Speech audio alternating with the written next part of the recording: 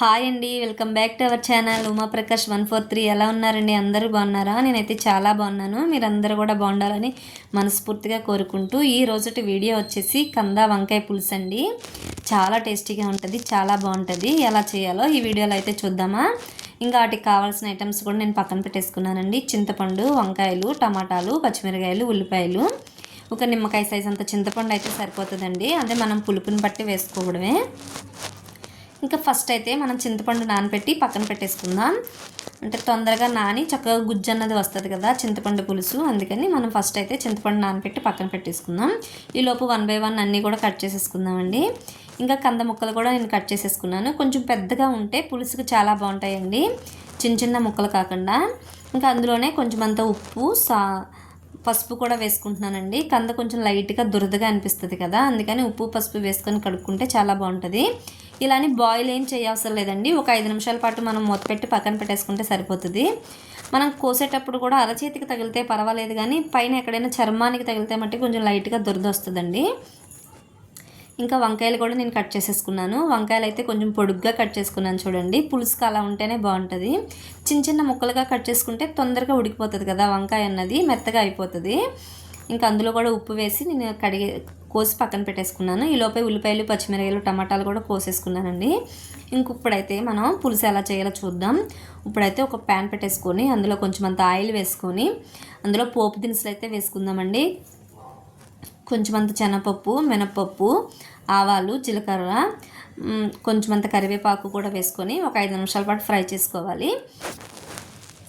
అందులోనే మనం కొంచెం వెల్లుల్లిపాయలు తొక్కలు తీసేసుకొని ఒక 10-15 వెల్లుల్లి రెబ్బలు వేసుకుంటే చాలా బాగుంటాయండి పులుసులోకి.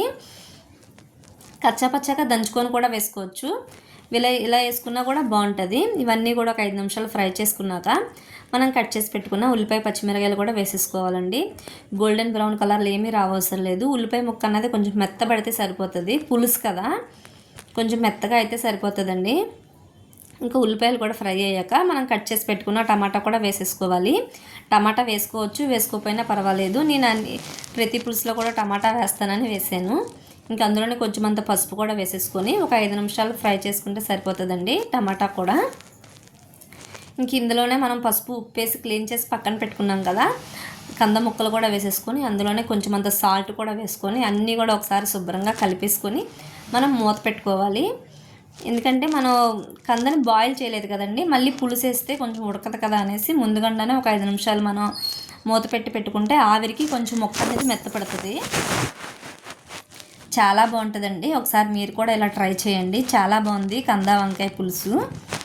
ఇంకా అలా మూత పెట్టుకొని కాసేపు ఉంచుకున్నాం కదండి. ఈసారి ఇప్పుడేమో మనం కట్ చేసి పెట్టుకున్న వంకాయలు కూడా వేసేసుకొని కొంచెం అంత కారం కూడా వేసేసుకొని మనం స్పైసీ దానానికి బట్టి వేసుకోవచ్చండి. నేను పచ్చిమిరకాయలు కూడా వేసాను కదా, అందుకని నేను కొంచెం తక్కువగా వేసుకున్నాను కారం కూడా వేసేసుకొని అన్నీ కూడా ఒకసారి కలిపేసుకొని మనం మూత పెట్టేసుకోవాలి ఒక 5 నిమిషాలు.